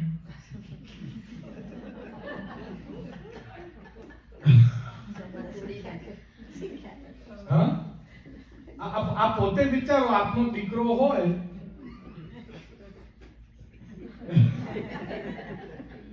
બરાબર છે, હું પ્રેમ બહુ કરું છું પણ મારે એની જોડે પરણવું નથી, એટલે આ બેન ચાલ ભાઈ ઘર ભેગો થઈ જાય ને તું ચૂપચાપ। આવા સંબંધની કોઈ રિસ્પેક્ટ નથી આપણા સમાજમાં, સમજો। But it is always upon the boy, on the male who respects this relationship। ये हमेशा ध्यान रखना इस बात। इस रिलेशनशिप को है ना, ये प्रेम और प्रेमिका के रिलेशनशिप को अगर आप रिस्पेक्ट देना चाहते हो तो पूरी जिम्मेदारी पुरुष की होती है, स्त्री की नहीं। कैसे? वो समाज के सामने उसको कैसे पिक्चराइज करता है, कैसे उसकी अभिव्यक्ति करता है, अपने दोस्तों के सामने उसकी कैसी अभिव्यक्ति करता है, उसके ऊपर निर्भर करेगा कि उसके दोस्त, उसकी गर्लफ्रेंड का, उसके माता पिता उसकी गर्लफ्रेंड का, ये समाज उसकी गर्लफ्रेंड का रिस्पेक्ट करेगा या नहीं करेगा। विचार के देखिए। वो तो अपना सर्वस्व समर्पण कर ही चुकी है, नो डाउट, आपने भी किया है, पर फिर भी ये पुरुष पर होता है कि वो उसको कैसे रिस्पेक्ट देता है, उसकी उसकी किस तरीके की बातों को अपने दोस्तों के सामने करता है, अपने माता पिता के सामने करता है, तब उसकी उस तरीके की रिस्पेक्ट बनेगी। आज कृष्ण ने इस तरीके से राधा को प्रस्तुत किया कि संपूर्ण जगत आज सिर्फ राधा के साथ ही कृष्ण को जानता है। राधा का प्रेम भाई इतना इतना अनन्य, इतना अद्भुत था, दोनों तरफ से बराबर की बात है। कामना सूचे कृष्ण, कृष्ण पासेથી કોઈ વસ્તુની નહીં, કૃષ્ણની કામના છે। કપિલ મુનિ માં દેવહૂતિને કહી રહ્યા છે, आसन आहार इत्यादि जे अष्टांग योग जे छे उसको आप करते करते करते करते अंगुष्ठ के जैसा छोटा स्वरूप यहाँ हृदय के बिल्कुल बीचों बीच इस जगह आप ध्यान धरेंगे प्रभु का, तो ज्यादा बड़ा स्वरूप का ध्यान नहीं धरना है, क्योंकि उस जगह छोटा ही स्वरूप समाएगा। वहां विराट स्वरूप का ध्यान धरोगे तो सब फाड़ देगा, वो तो गड़बड़ हो जाएगी, अपन उसको उस शक्ति को समा नहीं पाएंगे अंदर, छोटा ही स्वरूप है। अनेक प्रकार की सिद्धियां मिलेंगी हे माता, किंतु उन सिद्धियों में जो पुरुष अपने मन को नहीं चलाता, अपने मन को वो लालची नहीं बनता उन सिद्धियों में, तब जाकर उसको भगवान मिलता है। अनिमा, लदिमा, प्राकाम्य, वशिता, इशिता, अष्ट सिद्धियां देते हैं भगवान। इतने छोटे बन जाओगे कि कोई आपको खबर, आप जानो क्या बात में, सबसे कठिन किसी भी वस्तु को तोड़ना कब होता है, जब वो सबसे छोटी होती है। अब आप अणिमा, अणु जितने छोटे हो गए, भगवान ने आपको इतना पावर दे दिया कि आप अणु जितने छोटे हो गए, कोई आपको हरा नहीं सकता, कोई आपको तोड़ नहीं सकता। नानकड़ी कीड़ी जे हाथी ना सूंड में उतरी जाए तो हाथी के नाक में दम कर देती है ना, ऐसा है। कोई वस्तु आपके सामने इतनी छोटी हो जाए कि आप उसको 7 दिन तक लेकर खड़े हो जाओ, अणिमा फिर लदिमा। आप इतने विशाल, इतने बड़े हो जाओ कि आप ही किसी बड़ी चीज को लेकर खड़े हो गए, उड़कर चले गए, एक जगह से लंका ले गए, वहां जाकर उतारते, ले लो साहब इसमें से आपको कहां मिलती है जड़ी बूटी, है ना, लक्ष्मण जी को पिला दो घोट कर, है ना। नदी मां बड़ी से बड़ी वस्तु को आप उठा सकते हो। એવી રીતે અનેક પ્રકારની સિદ્ધિઓ મળવા લાગે આપને, પણ ત્યારે પણ એ બધી સિદ્ધિઓને છોડીને કહો કે ના, મને કૃષ્ણ જોઈએ છે, મને મારા પ્રભુ જોઈએ છે, ત્યારે તમે સાચા ભગત કહેવાઓ।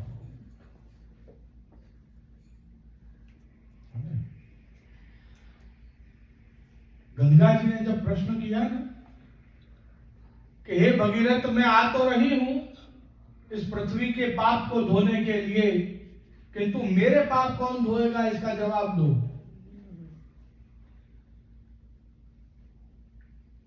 त्यारे कहूं कि जब कोई सच्चा भक्त आप में स्नान करेगा तो आपके पाप भी धुल जाएंगे। ये वो सच्चा भक्त है जिसको भगवान के पास से कुछ नहीं चाहिए, मात्र और मात्र भगवान चाहिए। और जब ऐसा कोई गंगा जी में स्नान करता है तो उससे गंगा भी पवित्र हो जाती है। क्यों जिसको किसी से कुछ नहीं चाहिए।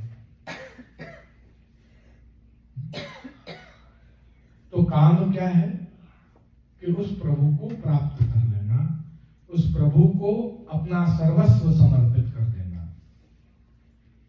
तो यहां पर धर्म समझे, अर्थ समझे, काम हम समझे, है ना। अब हम मोक्ष की तरफ आगे बढ़ेंगे। जो अंतिम श्लोक है, अपने पास समय भी वही है 5-10 मिनट का, तो 5-1 मिनट में ही इस श्लोक को पूरा समझने का हम प्रयत्न करेंगे। तो दोबारा से हम पूरे पाठ को दोहरा लेंगे, क्योंकि अब ये आखिरी श्लोक है, इसलिए सर्वदा सर्वभावेन भजनीयो प्रजाधिप स्वस्यायमेव धर्मो हि नान्यत् क्वापि कदाचन एवं सदास्म कर्तव्यं स्वयमेव करिष्यति प्रभु सर्वसमर्थो हि ततो निश्चिन्ततां व्रजे।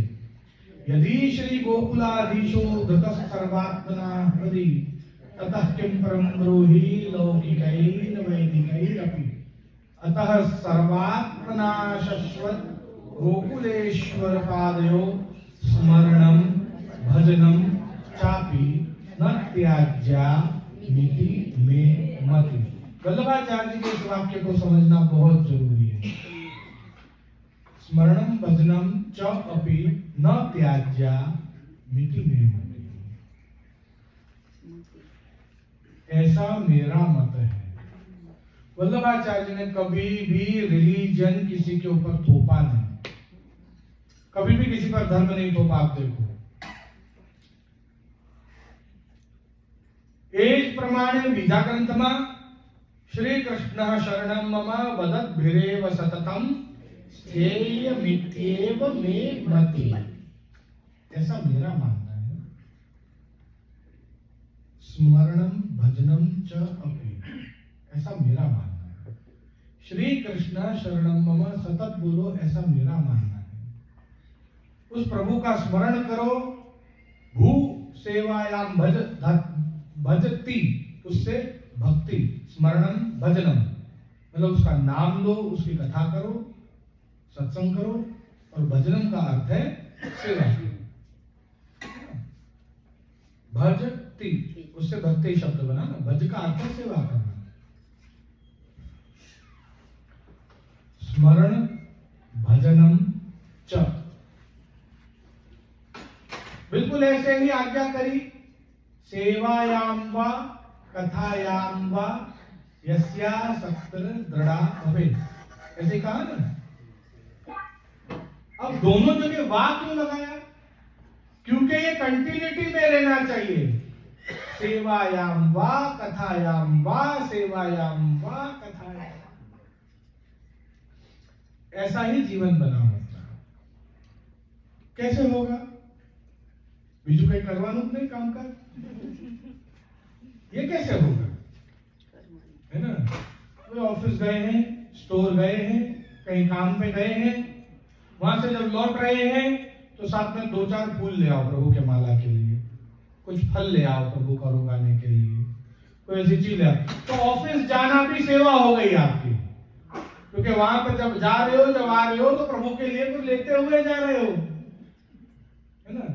रोज सुबह नहाना है, ऑफिस के लिए नहीं नहा रहे हैं, सेवा के लिए नहा रहे हैं, सेवा हो गई आपकी। भोजन कर रहे हैं, साहब शरीर में शक्ति मिलेगी सेवा करने के लिए, शरीर बलवान रहेगा, अच्छी सेवा कर पाएंगे। विचार बदलવાનું છે।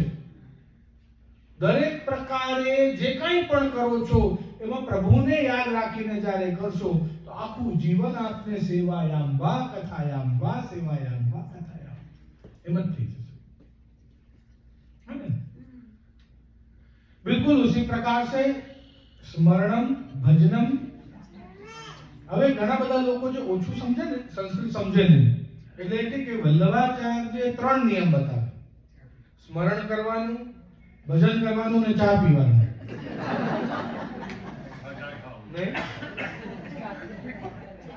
જોડે ગાંઠિયા બી ચાલે, એવું કે છે, આપણા જલેનું બધું, राइट। स्मरणम भजनम चाह पी, नहीं ऐसा अर्थ नहीं है। च अपि,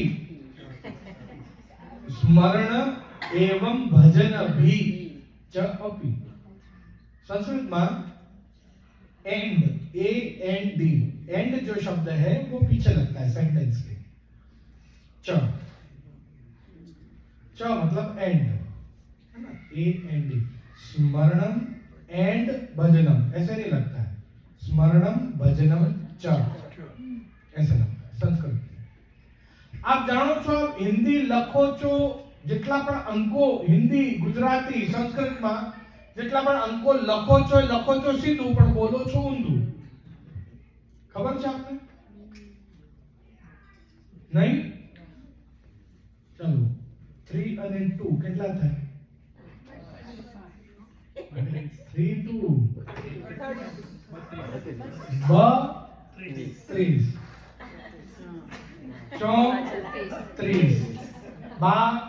20 1 20 बोलते हो उल्टा, लिखते हो सीधा,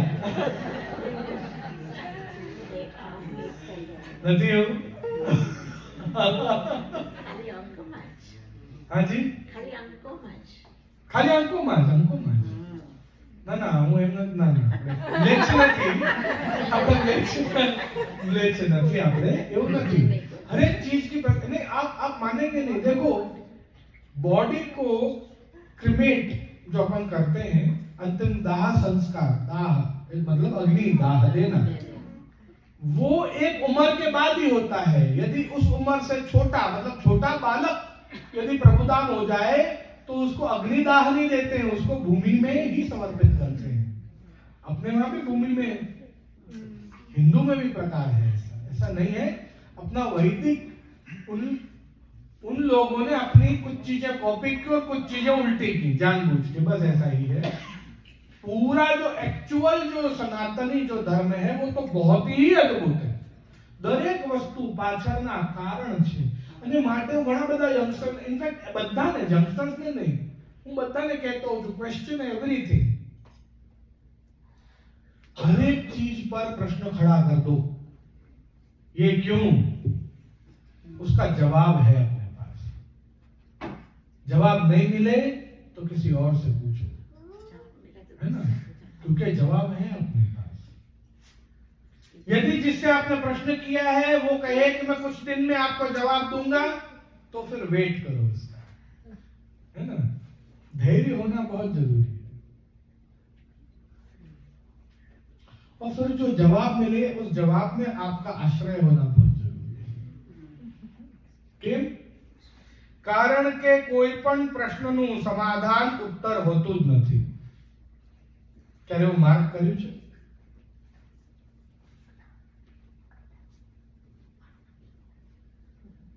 પ્રશ્નનું સમાધાન ઉત્તર નથી હોતું, પ્રશ્નનું સમાધાન હોય છે શ્રદ્ધા, વિશ્વાસ।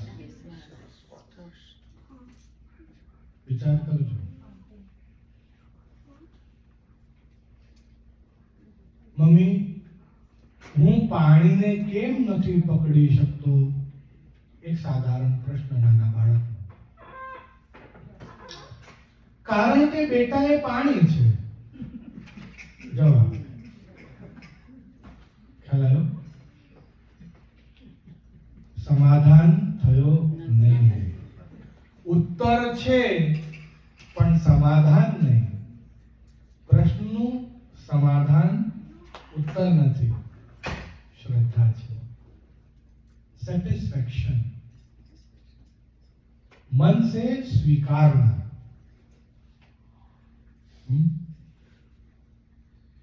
ઘણા બધા હોય છે, કોઈ પણ ઘટના ઘટી હોય જીવનમાં કે મારા અંત સમયે હું મારા દાદાજીને, એટલે મારા દાદાજીના અંત સમયે હું એમને કેમ ના મળી શક્યો, મનમાં પ્રશ્ન જાગે। બહુ દૂર હતો, હું એમને વાત ન કરી શક્યો, ભગવાને કેમ આવું વિચાર્યું હશે, કેમ મને એવો સમય ના આપ્યો, મારા દાદા મારા બહુ નિકટ હતા, એવો પ્રશ્ન જાગે આપણા મનમાં। એવું શું થયું હશે એમને જ્યારે એમને અંતિમ શ્વાસો લીધી હશે, બરાબર છે? કોણ હશે એમની પાસે, કઈ જાણી લો એમના અંતિમ 5 મિનિટ કેવા હતા, બધું પ્રશ્ન જાગે આપણને ઘણા બધા પ્રકારના। We want to know reason for everything. પછી ડોક્ટર આપણને કહે કે આવું થયું આવું થયું આવું થયું, ના ના પણ તો તમે આવું કેમ ના કર્યું? मतलब जब भी हम किसी को भी प्रश्न करें और सामने वाला यदि जवाब देवे तो जरूरी नहीं है कि वो जवाब हमारा समाधान ही हो।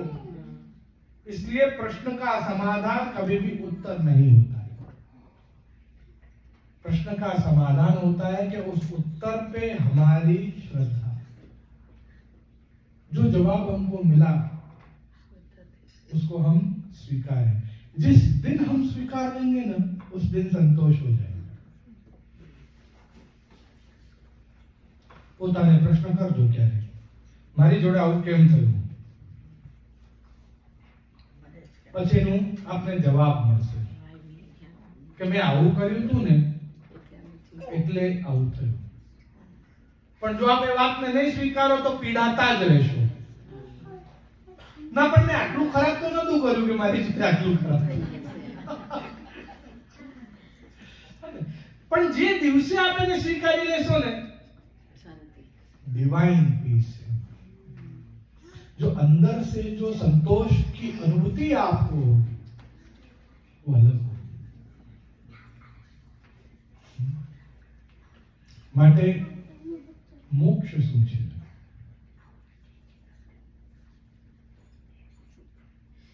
એ ગોપીઓના પ્રિય ભગવાન એને સેવવા, એને પ્રાપ્ત કરી લેવું એ મોક્ષ છે। કેવી રીતે? રણમાં એક માણસ ખોવાયો હોય ને દોડતો હોય ને ભટકતો હોય ને તરસ્યો હોય, ભૂખ્યો હોય, ફરતો હોય આમ તેમ, અને દૂર એને સરોવર દેખાય, દોડીને જાય, એ સરોવરમાં કૂદે ને ડૂબીને મરી જાય, એને સાધારણ મોક્ષ કહેવાય। પુષ્ટિ મોક્ષ શું? બિલકુલ એક પ્રમાણે રણમાં એક માણસ ખોવાયો, ભૂખ્યો, તરસ્યો, દૂર સરોવર દેખાયું, દોડતો ગયો, એ સરોવરમાં સ્નાન કર્યા, સરોવરના જલનું પાન કરી તરસ મટાવી, એની પાસે બેસીને એ શીતળતાનું આનંદ લીધું, એ પુષ્ટિ મોક્ષ કહેવાય। ફરક કેટલો છે ना? प्राप्त हमको उसी कृष्ण को करना है, जाना उसी स्थान है, पर उसमें लीन होके नहीं, उसके पास बैठ के, उसके अंदर डूब के मरना नहीं है, उसके पास बैठ के उसका आनंद लेना है। पुष्टि और मर्यादा में इतना फर्क है। આપણે માત્ર એટલું મોક્ષ માંગી રહ્યા છીએ પ્રભુ પાસે કે આપણને એની જોડે બોલવા મળે, રમવા મળે, જમવા મળે, વાત કરવા મળે, આપણને એવો મોક્ષ જોઈએ છે। એના અંદર લીન થઈને ડૂબી જઈને મરી જવા માંગતા નથી। જેમ નદી સાગરમાં ગયા પછી નદી પોતાનું અસ્તિત્વ ગુમાવી દે છે, એવું અમને જોઈતું નથી। આપણને સામીપ્ય જોઈતું નથી, આપણને સારૂપ્ય જોઈતું નથી, આપણને સાલોક્ય જોઈતું નથી। સાયુજ્ય જોઈએ છે પણ એના અંદર મળીને નહીં, એની જોડે રહીને। छोटे बच्चे पे प्यार आता है तो मुंह में पानी आ जाता है, ला इसको खा जाओ। पर क्या उसको आप खा जाओगे तो क्या उसको ऐसा प्रेम दे पाओगे? नहीं। उसको अपने एक नहीं करना, अपने साथ, उसके साथ रहकर एकता का अनुभव करना है।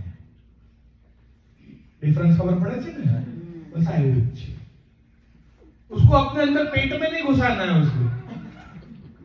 उसके अंदर एक नहीं होना है, उसके साथ रहकर एक का अनुभव करना है। बस इस मोक्ष की बात जो है वो श्रीमद वल्लभाचार्य जी इस आखिरी श्लोक में कर रहे हैं। आज है चतुश्लोकी धर्म, अर्थ, काम અને મોક્ષ જે શીખવાડી રહ્યા છે શ્રીમદ વલ્લભાચાર્યજી આપણા પુષ્ટિ માર્ગે જીવોને। અને એ પણ ફોર્સ કરતા નથી, इति में मत, તમને રૂચે તો આ કરજો, અધરવાઇઝ આ મારું મત છે કે આવું કરવાથી તમને પ્રભુ આવી રીતે મળશે, बराबर। किसी पे भी धर्म हम थोप नहीं सकते, किसी को फोर्स नहीं कर सकते, है ना। तो વલ્લભાચાર્યજી પણ એટલું સરળ માર્ગ આપણા માટે પ્રકટ કર્યું, એ જ વાત આની અંદર આપણને બતાવી રહ્યા છે। સમય થઈ ગયો છે માટે ખૂબ જ આનંદ થયો આ દ્વિદિવસીય સત્સંગમાં। આ HSNC દ્વારા જોડાયેલા પ્રત્યેક સદસ્યો આ બધાને હું ખૂબ ખૂબ આશીર્વાદ આપું છું। તેની સાથે સાથે અહીંયા જે હવેલીઓ બની રહી છે કે એક હવેલી તો ઓલરેડી બની ગઈ છે ઓલમોસ્ટ, અને બીજી પણ જે એનાઉન્સ થઈ છે કે નથી થઈ મને ખબર નથી, પણ બધી વાતો જે થઈ રહી હોય એ મેં ઓવરહર્ડ કરી હોય, પણ બધા હવેલીઓ 10-12 બી બનતી હોય તો બી બધા હવેલીઓ સાથે જોડાયેલા બધા જ વૈષ્ણવો ટ્રસ્ટીઓ આદિ મારા માટે તો સારું જ છે। રૂડું વૃંદાવન બને છે, ગલી ગલી મંદિર બને તો ઘણું સારું છે, કંઈ વાંધો નથી। આપણો પુષ્ટિ માર્ગ આગળ વધવું જોઈએ। ફરીથી કહું છું, पुष्टि मार्ग तोड़ने का नहीं जोड़ने का मार्ग है। तो सब लोग जुड़े रहना, टूटना नहीं। टूट जाओगे तो बहुत कष्ट पाओगे, जुड़े रहोगे तो कोई आपको तोड़ नहीं पाएगा। आपने मात्र मुसलमान के क्रिश्चियन ज नहीं, अपना ज घणा બધા એવા અન્ય માર્ગો અન્ય સંપ્રદાયો છે જે આપણને તોડવા ઈચ્છે છે। આ વાતને સમજજો, એટલે આપણે આપણી એકતા બતાવવી બહુ જરૂરી છે આ સમયે, અને પણ આ દેશમાં। એટલે હું આપ સૌને એવા આશીર્વાદ આપું છું કે આપ સૌ સ્વસ્થ રહો, સુખી રહો, આપના અંદર સદવિચાર અને આપના બાળકોમાં સંસ્કાર આવે, એ બાળકો ખૂબ ભણે, પ્રગતિ કરે, જીવનમાં આગળ વધે। તેની સાથે સાથે એવા સદકાર્ય, એવા સત્સંગો આપ કરતા રહો જેથી જ્ઞાનનો વિસ્તાર થાય। આવી શુભકામનાઓ દ્વારા આપ સૌને હું આશીર્વાદ આપીને અને એવं પ્રભુ ચરણોમાં વિનંતી કરું છું કે આપ સૌની એ પ્રભુ શ્રી કૃષ્ણ रक्षा करे। ये विनती मात्र थी। तुम्हारू वक्तव्य श्रीमद वल्लभाचार्यजी श्री मदन मोहन प्रभुना चरणों में समर्पित करूं छूं। श्री वल्लभाजी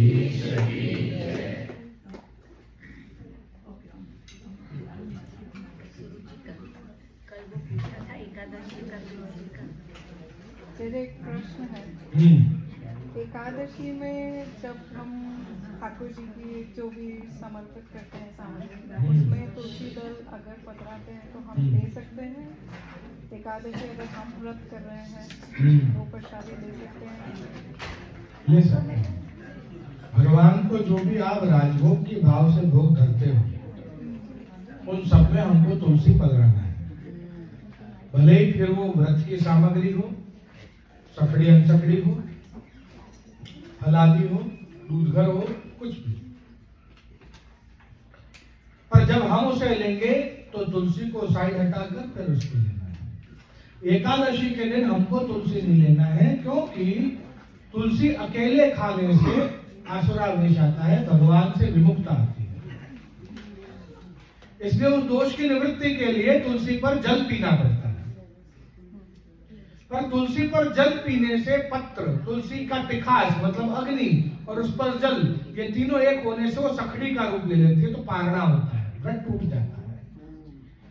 तो क्योंकि यदि आप मात्र एकादशी नहीं पर जन्माष्टमी, रामनवमी, नरसिंह चतुर्दशी इत्यादि कोई भी व्रत कर रहे हैं तो उस दिन तुलसी नहीं लेना है, क्योंकि तुलसी आप लेंगे तो उस पर जल पीना पड़ेगा, जल पिएंगे तो अन्न का रूप ले लेगा, तो व्रत आपका टूट जाएगा। ठीक है, सिंपल रीजन इतना। फिर क्यों तुलसी को ये श्राप लगा कि वो भगवान से विमुख करती है, वो सब अगर जानना है तो फिर एक नया टॉपिक है, वो एक पूरा एक नया इशू है। बट यस, एकादशी या किसी भी व्रत के समय तुलसी नहीं लेना। ऐसे ही किसी भी व्रत के समय शहद हनी नहीं लेना, क्योंकि व्रत का नियम होता है ब्रह्मचर्य। ब्रह्मचर्य का नियम होता है, ढेर सारे नियमों में से एक नियम होता है ब्रह्मचर्य का, किसी का भी जूठा नहीं खाना। और मधुमक्खी के सलाइवा से, थूक से शहद बनता है, इसलिए यदि आप मधुमक्खी का जूठा खाएंगे तो व्रत टूट जाएगा।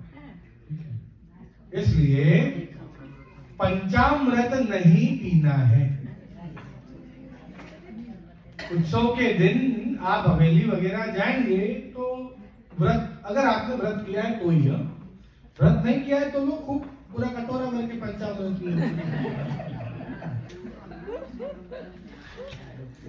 पर व्रत किया है तो पंचामृत यदि आपको दिया जा रहा है तो उसको आप किसी पात्र में किसी जगह पर ले लो, फिर उसको प्रिजर्व करके उसको संभाल कर रखो। नेक्स्ट डे जब व्रत तोड़ो तब उसको ग्रहण करो। ठीक है जी, क्षमा याचना है। हमारे पुष्टि मार्ग में ये पधरामणी का क्या महत्व है? पधरामणी मतलब जे वल्लभ बालक की पधरामणी जी। गुरु के चरण में, जैसे मैंने आपको बताया, चरणाब्ज रजोधन, चरण की जो रज होती है गुरु की, उसमें अनेक प्रकार की लक्ष्मी विराजती है, वैभव लक्ष्मी, ज्ञान, ये जो अलग अलग प्रकार की श्री विराजती है गुरु के चरणों में। ठीक है। पुष्टि मार्ग में ठाकुर जी के मुखारविंद की सेवा है, गुरु के चरणों की सेवा है। ठाकुर जी के मुख में अपन जैसे भोग अरोगाते हैं, आदि करते हैं, उनको हम पूरा स्नान करा सकते हैं, उनकी पूरी सेवा करते हैं। पर गुरु जब अपने घर पधारते हैं तो अपन के चरणों की सेवा है, तो गुरु के चरणों को धोते हैं।